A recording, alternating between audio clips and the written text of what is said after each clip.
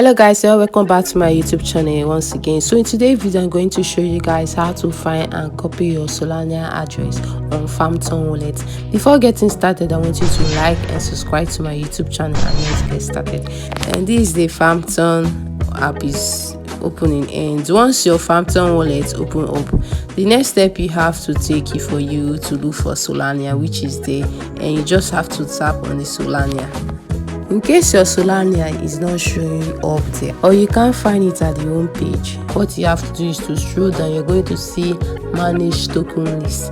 At that manage token list, you have to tap it and this will show up, and you make sure that at the right side there the Solana is on, or else you won't be able to see it at the home side. So after doing that, you have to click at Solana and you're going to see receive, swap, buy and more. What you're going to do next is to go over to receive, and over here you're going to see this address can only be used to receive compatible token share address in case you want to share it, but in case you want to copy it, at the right side you're going to see copy there and you have to just press it. It's going to show copied. So guys, this is the end of this video. I want you guys to like and subscribe to my YouTube channel and see you next time. Love you.